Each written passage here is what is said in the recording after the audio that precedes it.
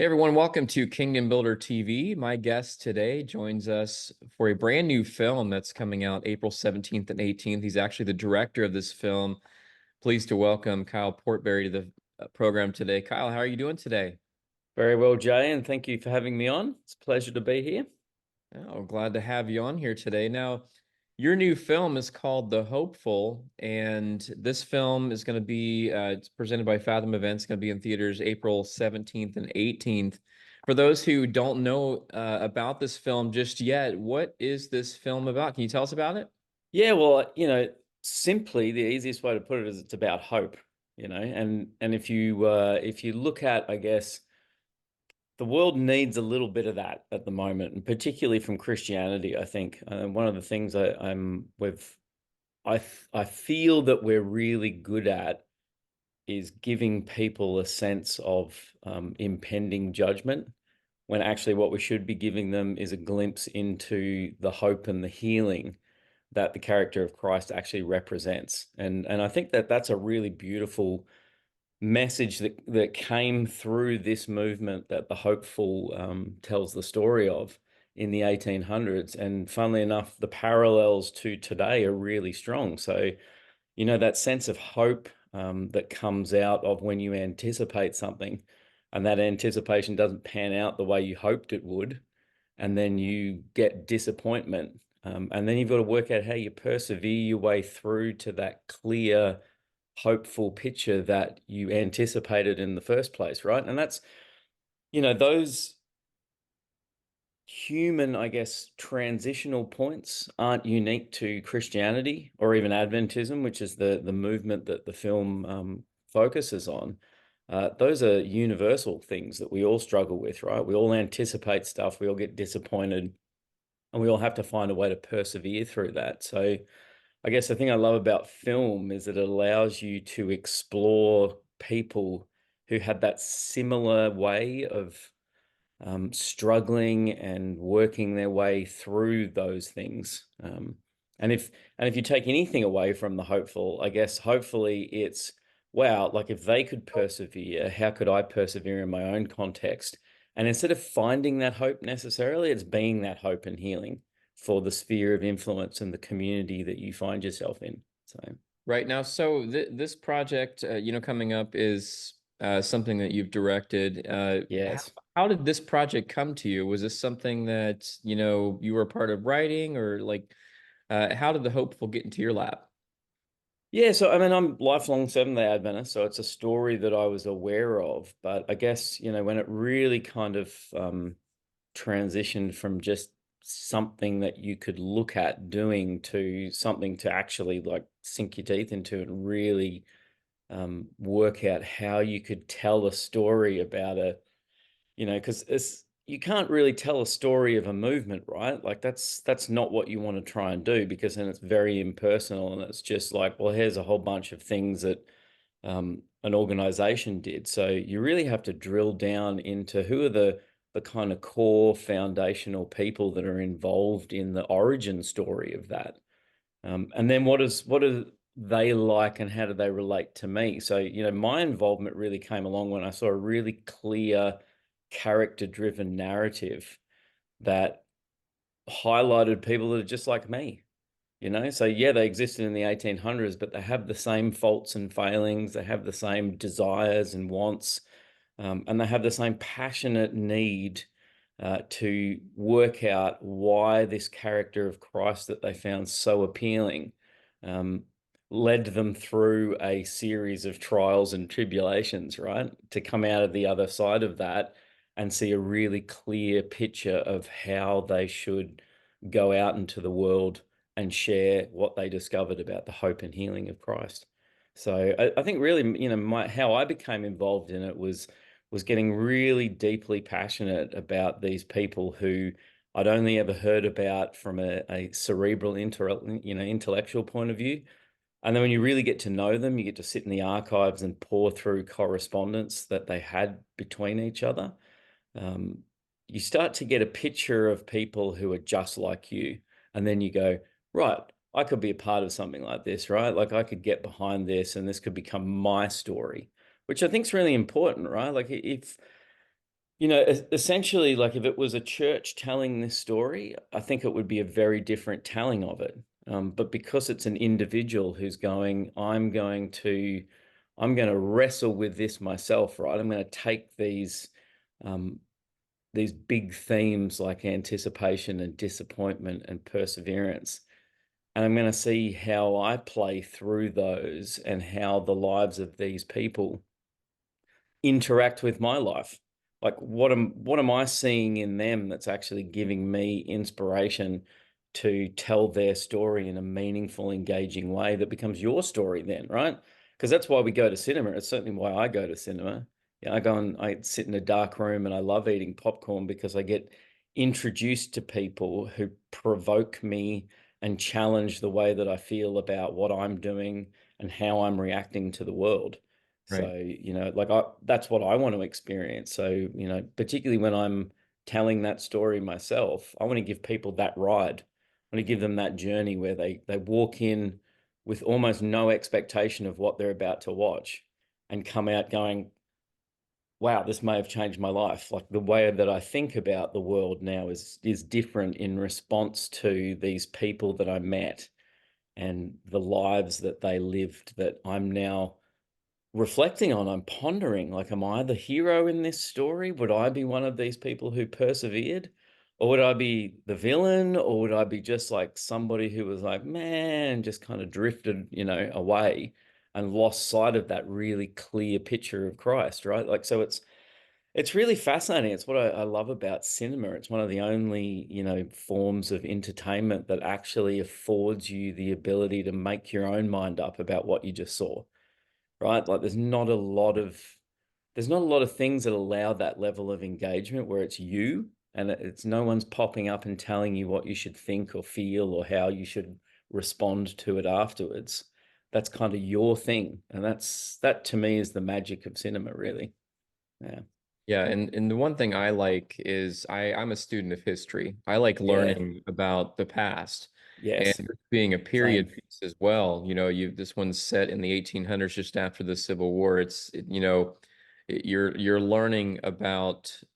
I didn't know too much about the Seventh Day Adventist Church, Mm. but not only was it a great story of hope, but it was also a great history lesson because I had always Yeah. wondered myself, like more, was kind of wondering with the history. So, being a period piece and being back in that period of time and, the Mm. 1800s and stuff like that, did you find it difficult to be able to tell a story that had taken place so long ago? Because, I mean, you've got not only the story, but you've got like the costumes that you have to, Yeah. match to the period of time and all of that. How difficult was it bringing this story to life when it took place in a completely different time like that? Yeah, well, I mean, it's daunting when you first sit down with it. But again, I go back to that, what got me involved in the first place is as soon as you connect with those characters, it ceases to be about some people that lived in the past and it becomes about desire and motivation and want, right? And those do not change. Those are actually constant and rock solid throughout history. So when you look at what these guys desired and wanted, which was just a different picture of Christ than what they were getting, right? Their lives are hard, our lives are hard. Their lives are joyful, our lives are joyful. They fall in love, we fall in love. And so once you realize that they are just like us, but the context is slightly different, then it actually becomes, costuming, for instance, becomes well, what is reflecting those character wants and desires and who they are and what their tempo is and how they function in that society. And so then you're able to actually craft wardrobe around the person. So yes, it has to be period specific, but you can be really clear and you go, well, no, that wouldn't be the sort of costume that we would put on them. So Sue Fijalkowska, who was my wardrobe and costume designer, did an incredible job sourcing material from like the Canadian Opera, and she got stuff from charity shops that looked period specific. And I mean, we had a depth of, I mean, there are a lot of characters in this film in that kind of support role side of it that you see coming in and out around the main cast. And so she had a huge task of making that world look authentic, which she did an incredible job of. Like that's one of the hardest things in costume work, particularly in this era and period. If it doesn't look right, it really doesn't look right, right? Like it looks like it's a plastic top hat, Right. versus it's actually like she sourced from museums that loaned us out like actual beaver skin top hats Mm. from that period of time. So, our main hero cast wardrobe was really like rich in the actual history of that period. So Right. it gives you a vibrancy and a texture that enables you to walk into that world and feel like you're immersed in it. But again, because those characters are struggling with things that we still struggle with today, right? They're hearing um, Christ's character get portrayed as judgmental and harsh and full of wrath, and they're actually yearning for someone to give them a different picture of that. And I think that's us today, right? Like a lot of the rhetoric we hear, like even in Christian circles, is, if you're not doing what we want you to do, what we feel we've read in the Bible and what we feel God's saying, then man, he's going to thump you and he's going to bring his judgment down and we're going to be gleeful about it. That to me is not the picture of Christ that I gravitate to. And it's also not the picture of Christ that I see when I read the Gospels, right? Like I see a hope and a healer. And that's what really, when you look at the heart of what these people discovered, yes, they got that discovery wrong, what was going to pan out. So the disappointment came from they wrongly attributed that to, wow, this character of Christ that we've gravitated to, that we're so excited about, is coming back. And it's like now we've worked out in prophecy that's going to be now. So their error was they put a date and a time on it. Um, Very similar to what the first, century Christians did when Christ showed up the first time. They went, oh, he's going to set up an earthly kingdom and these Romans are going to get kicked out and we're going to be all sweet. And, after that didn't happen, what they realized is they were going to need to do some work, right? They were going to need to become the hands and feet of Christ, right? So that's what these guys persevered through and discovered and realized that actually what they were being asked to do in that moment was not prepare for the end, but it was actually to bring that character of Christ, of hope and healer, to the community around them and then take it out further than that. So I think there's something quite beautiful in that. That inspires me. I want to walk out of the cinema and feel like, yeah, there's a lot of dark things around, but actually there's also a hope to be found here. And part of that is my responsibility as well. Like I'm the hands and feet. So if you can walk out of the cinema having that feeling of, yeah, okay, the world's a big, scary place and there's a lot of big issues I can't do anything about, but I can do something about the thing that's right in front of me outside the cinema or Right. the things that are presented to me in my day-to-day world. And I can show and demonstrate that healing and hope in Christ that I've discovered to somebody else rather than giving them the wrath and the judgment God, which I think is, it's always easier to give that God, right? It's always much harder to give the healer and the hope.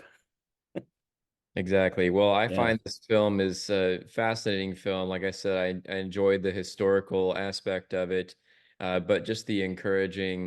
encouragement, to never give up on that hope and to move forward, proclaiming the gospel. I thought that was amazing. So, Kyle, this movie comes out in theaters April 17th and 18th, and people watching now are like, okay, I'm Yeah. intrigued. I want to see this film. Where can I find out more information about it to go see this when it opens up in theaters? Yeah, for sure. So either go to fathomevents.com, so where you go to see, get your chosen tickets or, any number of other great Fathom events that they have, or go to thehopefulmovie.com. And when you do, you'll see a big button that says buy tickets now. So, like with anything with event cinema, don't wait until like April 16 or 17 to buy them. We would love you to go out and get them now and work out who you're going to take to connect to that hopeful message. I mean, it's fascinating at the moment, actually. Like I was really intrigued by the fact that you've got Cabrini that's just come out, which is about a really strong female character in the 19th century who had a legacy of hospitals and healing work in her community. And then along comes The Hopeful, which is a really strong female lead character in the 18th century, the outworking of which is, and I didn't know this until the other day. I was sitting down with the guys from Adventist Health, which are just here in Maryland. And the Seventh Day Adventist Church, actually, as a direct result of the work that she pioneered, is the largest Protestant healthcare network now on the planet, 500 plus hospitals. If you count clinics around the world, it's like 800 plus medical institutions in 65 countries, and a huge humanitarian and relief agency in ADRA, the Adventist Development Relief Agency.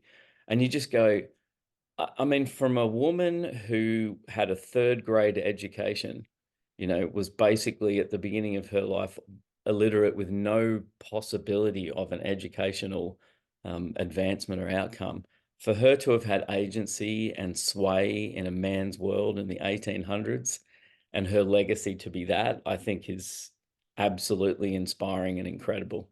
And you go, well, if somebody can persevere in their situation like that, with all of those disadvantages, man, what could I do with the advantages that I have for the good of other people? I just think that that's really inspiring. So get out there and get tickets now. Yeah, and Yeah, funny you mentioned Adventist Health. Like my two of my kids were born in there you go. Adventist hospitals, so it's Yeah, they're all over the place. They're a all huge number over the of place. hospitals now. So Yeah. yeah. Well, Kyle, thank you so much for joining us today. I'm praying that The Hopeful does big things in theaters and is just it's in a family movie too. It's something you can take everybody Yes. to. So I'm Everybody. excited for yet another movie that you can take the whole family to, including kids. Yeah. So thank you so much for joining us today. I greatly appreciate it. And you know, uh, praying Lord does big things with this movie, brother. Thank you so much, Jay. Really appreciate the time.